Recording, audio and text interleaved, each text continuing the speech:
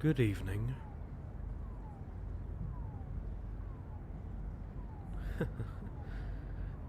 My apologies. I didn't mean to frighten you, my dear.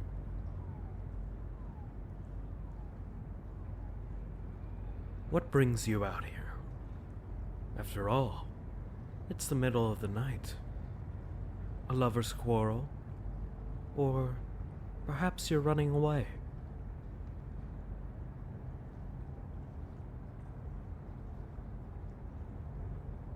No? Very well then. Enlighten me. Don't worry. I won't tell a soul.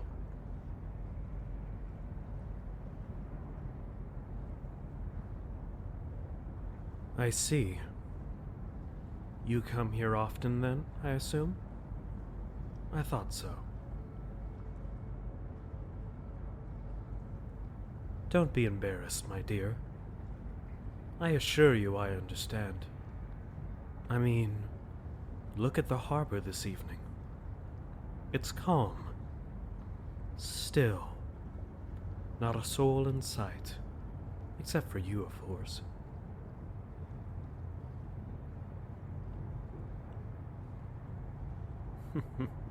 Would you like to sit with me? I know many of us don't care to talk to a stranger, but maybe we can both have a change of heart. Just for tonight.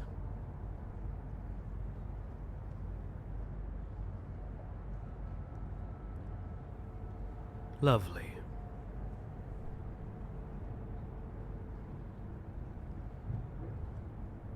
Yes, the moon does look nice, doesn't it?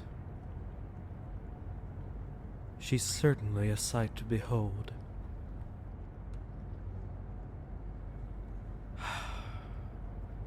Although, I'm afraid I'm not able to appreciate her as much as I was once able to.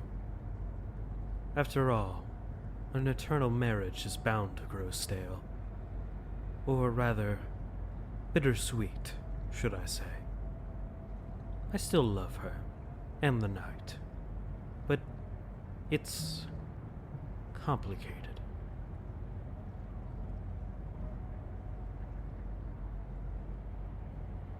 Don't worry. I don't expect you to understand. Please, ignore my rambling, and let's indulge in a conversation which will be more fruitful for the both of us. Tell me, is there anything in particular you'd like to speak about? Remember, my dear, when one speaks to a stranger, they throw their words away to the passing wind. I have no use for your stories, nor do I possess any ill motives. Your words are forever safe with me.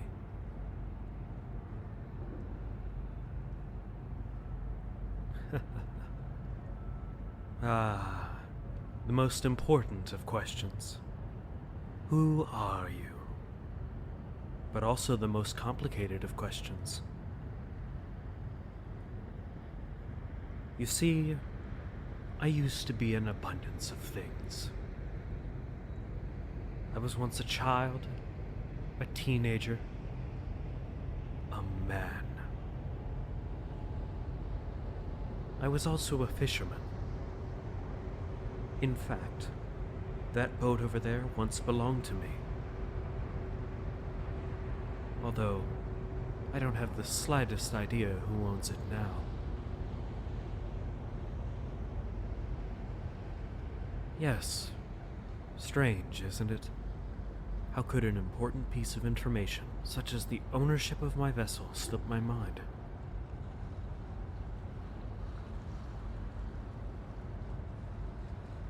I guess one could say it was taken from me. I loved my boat, along with her missing floorboards and tattered sails, and I served her well by taking her out to sea each day, no matter the weather. She never gathered dust under my care.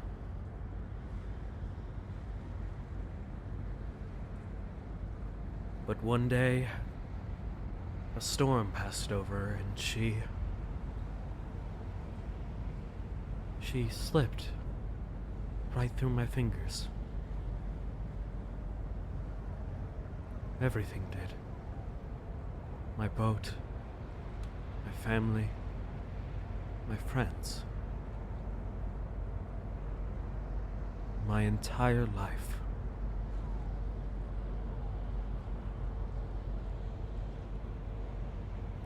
I felt my blood freeze in my veins as I watched the rain wash away everything I once held near and dear to my heart.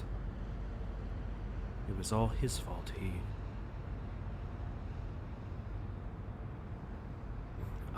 I don't know. I can't remember his face.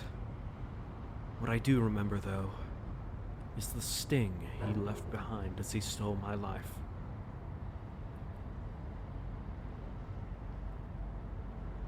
He stole my summer, my sleep, my patience, my joy, my time, and my death, all in one night.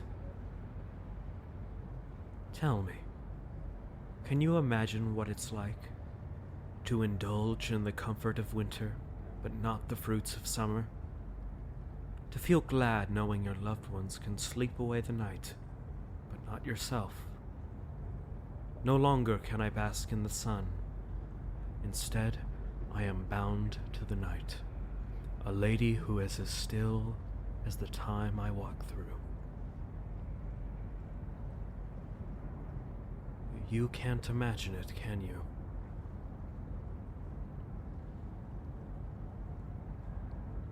I'd prefer if we kept it that way.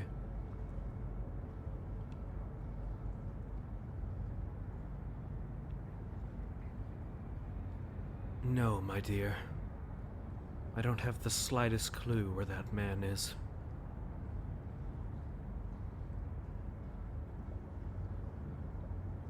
The authorities won't be able to catch him either. He's long gone now, I'm afraid. I appreciate your concern, though. It's nice to see that some people still have a heart.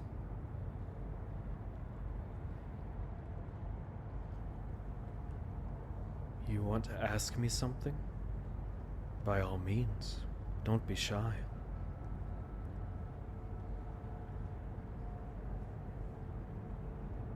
My teeth.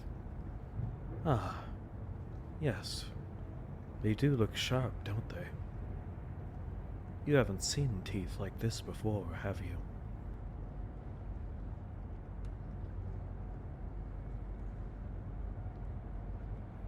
I thought so.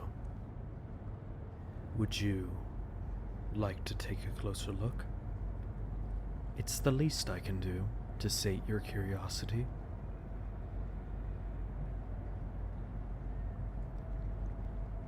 Yes, they are quite predatory. I hope it's not too frightening for you.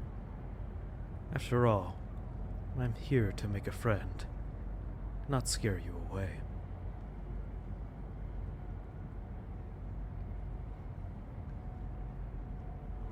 You aren't scared. That's good to hear. It's best if you hold on to that courage. I hear rumors of these so-called creatures of the night stalking this very town.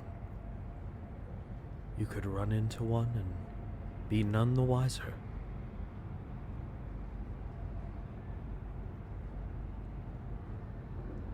Have you read Bram Stoker's latest work? Dracula, he calls it. I believe his novel has played a great part in these rumors as well. You see, the people here have used his story to fuel their imaginations. Some say these nocturnal creatures prey on the living, or rather, the blood of the living.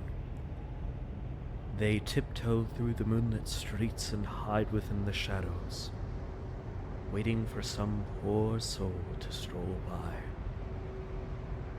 And when the time is right, they drag them away into the endless night. Their victim will fight back, and their pulse will quicken, but that just makes them all the more appetizing. Finally, Their poor heart will continue to race inside their chest until it stops. Their soul finally devoured with no scraps to be spared. Their mortality drained like a sweet wine. These are only rumors, of course. Words I've heard in passing. Many people have disappeared in this past month, but who's to say it's the fault of the supernatural? There's been a handful of murders as well, but once again, can one really blame this on beings from another plane? Spirits? Monsters?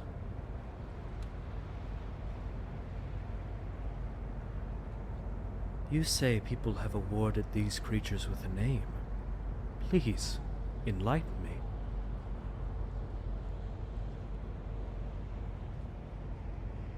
Vampires. Well, it looks as though Mr. Stoker has really left an impression on the kind people here. But I can assure you at this very moment that these creatures are no mere vampires.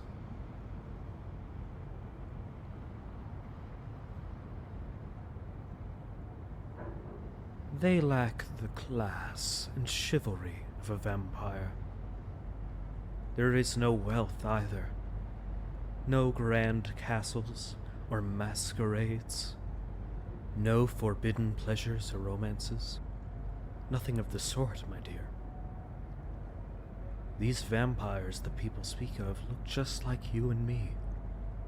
They can hold conversations, even carry them, and maintain their sharp wit and charisma. Despite this, they are as empty as this very harbor, hollow shells of people who once smiled in the face of mortality, but now frown in the face of death herself, forever married to the night. Till death do us part, they say. What a cruel joke. Some lose themselves in eternal solitude. They go mad, almost primitive. Those are the ones who prowl the streets like hungry animals, and who can't seem to figure out which way their moral compasses are pointing. The arrow just seems to spin.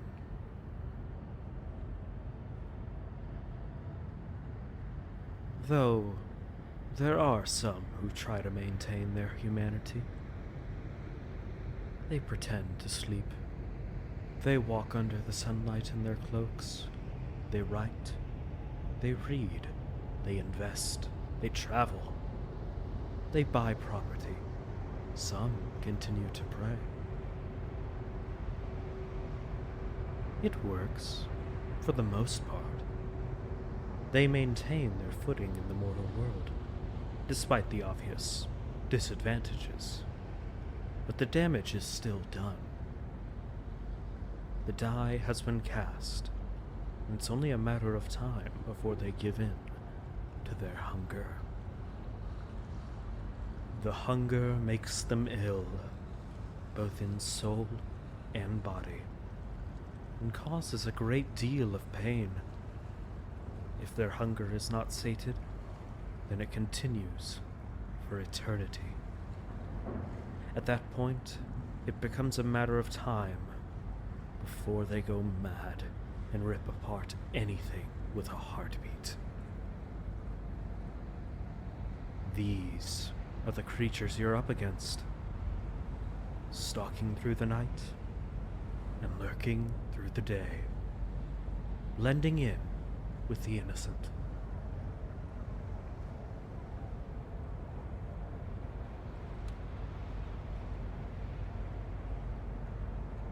You look nervous.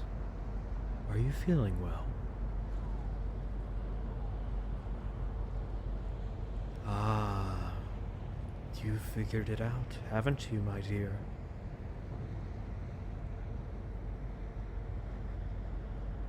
My sharp teeth, my ill appearance, this strange emptiness in my eyes.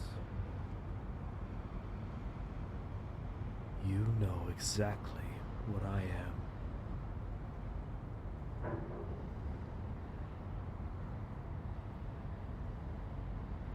Don't think I haven't noticed your hand moving towards that bulge beneath your coat. Let me guess. A stake? Perhaps a crucifix? Or maybe a bag of garlic?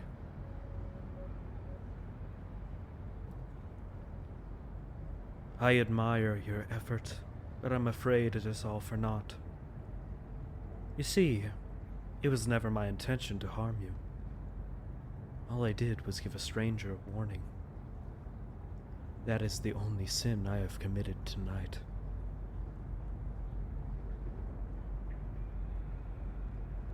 I do not want you to face the same curse I have. And yes, I may be hungry, and I'd be lying if I said my mouth didn't water when I first smelled you down the way. But like I've already said, I'm here to make a friend, not an enemy.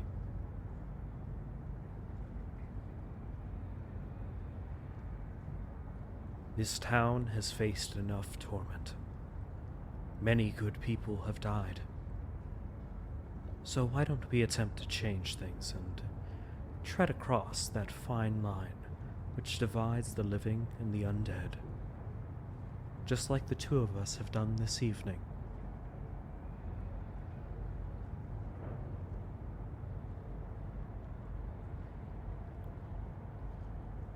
I see you're still nervous. It's okay. I understand.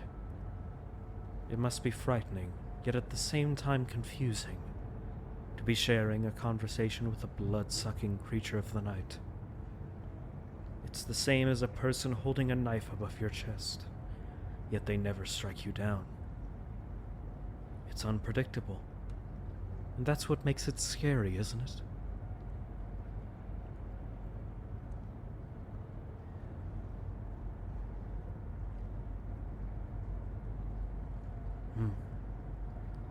If it will calm your nerves, then I shall leave.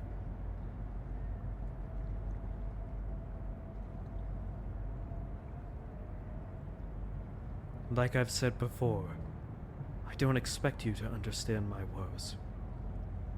But you have already done me the honor of simply listening. For that, I am eternally grateful.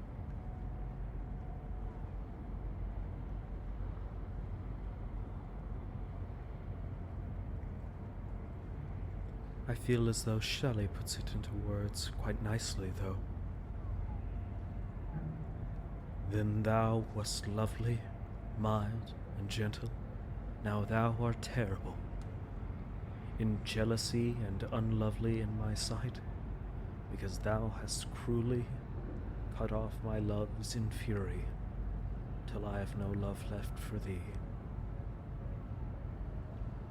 Poetic, isn't it? The way the heart can rot. When the night cuts off your love for the day, one will eventually lose their love for the night.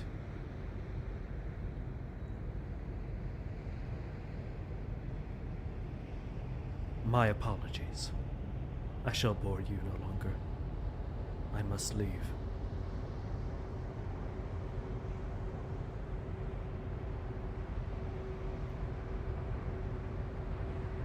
Remember, my dear, if you're ever in need, you can always place your full faith in your stranger by the harbor. A mist will be rolling over the town shortly, so I suggest you make your way back home where it's safe. But for now, I shall bid you adieu. Take good care of yourself.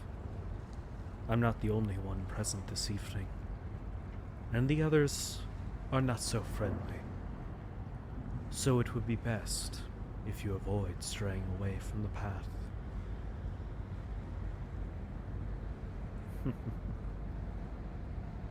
That's good to hear. Farewell, my dear. Until we meet again.